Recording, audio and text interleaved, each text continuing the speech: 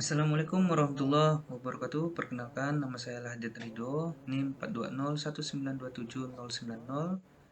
Pada kesempatan kali ini, saya akan mempresentasikan sebuah tugas dari mata kuliah arsitektur hijau yang diampu oleh dosen Bapak Muhammad Hilmi ST MSc. Ini adalah daftar isi. Yang pertama, definisi green building. Yang kedua, konsep desain. Yang ketiga, penerapan green building. Masuk yang pertama adalah definisi green building. Nah, apa itu green building? Melansir dari World Green Building Council, konsep green building adalah sebuah konsep di mana bangunan yang dia dalam desain, konstruksi, dan operasinya dapat mengurangi dampak negatif bagi lingkungan. Konsep ini juga mengharuskan supaya bangunan bisa memberikan dampak positif bagi lingkungan dan alam sekitar. Kemudian manfaat green building. Nah, di sini manfaat green building yang pastinya meningkatkan kualitas hidup, kemudian menghematkan sumber daya air, mengurangi jejak karbon dalam langkah untuk menyelamatkan lingkungan, dan lain sebagainya. Masuk ke konsep desain. Ini adalah desain SMK Negeri 11 Pontianak yang didesain oleh saya sebagai tugas studio terpadu 3. Ini adalah layout desain yang ditugaskan di mata kuliah studio terpadu 3 yang memiliki konsep desain arsitektur hijau yang bertemakan Building Zero Pollution and Smart Energy. Kemudian masuk ke poin ketiga adalah penerapan green building pada desain terpadu 3. Nah, aspek green building seperti tepat guna lahan, efisiensi dan konservasi energi, konservasi air, sumber dan siklus material, kesehatan dan kenyamanan ruang, manajemen lingkungan bangunan.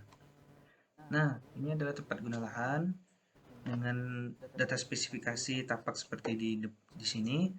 Dengan alasan menggunakan tapak tepat berada di pusat perkotaan Pontianak. Walaupun berada di pusat perkotaan, tetapi tapak tersebut lumayan jauh dari kebisingan.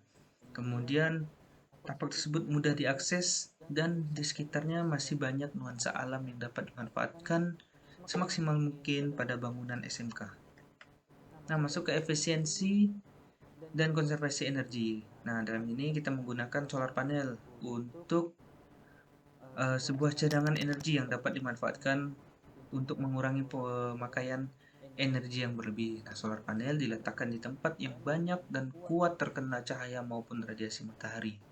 Nah, sistem kerja solar panel, cahaya diserap atau disimpan oleh panel surya, kemudian masuk ke dalam mesin kontrol yang kemudian dihubungkan dengan baterai sebagai penyimpan energi, kemudian dialirkan dengan inverter, yaitu alat untuk pengalir arus langsung ke media yang membutuhkan energi, contohnya TV, kulkas, dan lain sebagainya. Kemudian penggunaan lampu LED juga dapat menahan atau memberikan dan meminimalisir penggunaan energi yang berlebih. Kemudian bukaan pada bangunan berupa jendela dan ventilasi yang sedikit lebar untuk memanfaatkan udara serta pencahayaan yang masuk secara alami. Kemudian konservasi air. Nah, pemanfaatan air hujan yang kemudian ditampung di ground tank dengan sistem siphonic. Nah, jadi air hujan itu yang turun itu akan ditampung dulu melalui talang hujan yang kemudian dialirkan menggunakan pralon atau pipa yang akan dialirkan ke ground tank. Nah, di dalam ground tank ini ketika udah terisi air akan disedot menggunakan mesin dan akan masuk ke dalam tong air.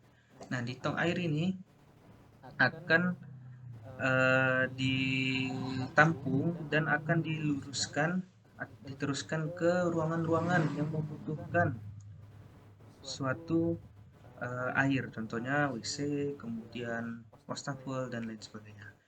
Kemudian arah lintas matahari. Nah, penempatan kelas atau posisi jendela tidak langsung menghadap arah lintas matahari karena dapat mengurangi pemakaian energi listrik yang berlebih seperti AC dan kipas angin. Kalau misalnya matahari ini langsung secara garis lurus itu berhadapan dengan jendela kelas, maka akan menciptakan suatu ruangan yang panas.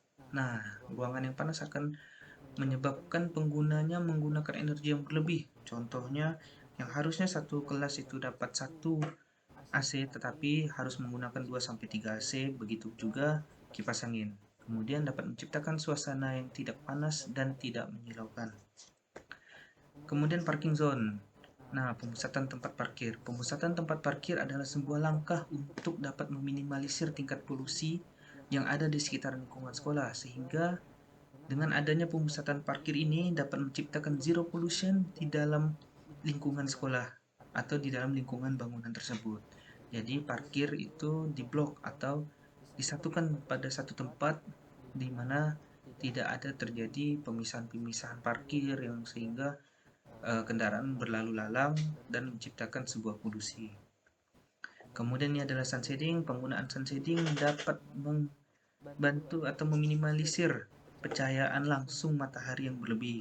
Nah, sun shading juga dapat membantu dan meminimalisir kesilauan yang dapat mengganggu visualisasi dari sebuah penggunaan ruangan. Kemudian ada green roof. Nah, dengan menggunakan green roof ini dapat membantu penyerapan air hujan yang turun, kemudian menjaga thermal ruangan yang berada di sekitarnya. Contohnya kalau green roof di sini, di belakangnya itu masih ada ruangan kelas yang dapat membantu mengurangi setidaknya pencahayaan langsung ataupun panas matahari yang langsung itu dapat ditahan dan diserap oleh green building dengan green roof. Kemudian penggunaan dinding precast dan paving block, yaitu penggunaan material yang bahkan sampai tidak ada memberikan bekas atau sisa limbah yang akan berakibat pada lingkungan sekitar. Nah, namun dinding precast itu tidak semua dapat dijual di toko bangunan. Dinding precast itu hanya disediakan oleh CV atau perusahaan yang membuatnya dengan ketentuan dan pesanan kita. Kemudian manajemen lingkungan bangunan yaitu taman terbuka hijau. Nah, adanya taman terbuka hijau ini memberikan kesan green building pada sebuah bangunan. Fungsi utamanya adalah dapat memberi udara yang bersih dan dapat menghasilkan oksigen serta dapat mengatur lainnya seperti kebisingan, pencahayaan berlebih, dan penyerapan karbon dioksida yang ada di jalanan. Kemudian ini adalah water treatment. Nah, dengan adanya sistem pengolahan limbah seperti ini dapat membuat segala sisa pembuangan yang dihasilkan bangunan ini tidak terlalu banyak membawa zat-zat kimia yang berbahaya ataupun yang dapat mengganggu lingkungan seperti halnya bau dan lain sebagainya. Nah, ini adalah air kotor tapi tidak langsung kita alirkan ke selokan. Ada pengelolaannya lagi, yaitu di mana ada bak kontrol yang mengontrol misalnya adanya lemak ataupun sampah dan lain sebagainya.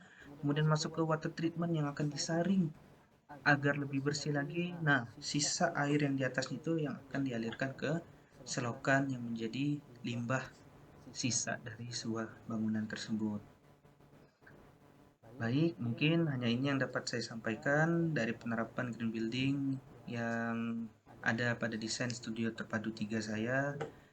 Terima kasih banyak atas perhatiannya. Mohon maaf apabila ada salah kata. Wabillahi taufiq wal hidayah. Wassalamualaikum warahmatullahi wabarakatuh.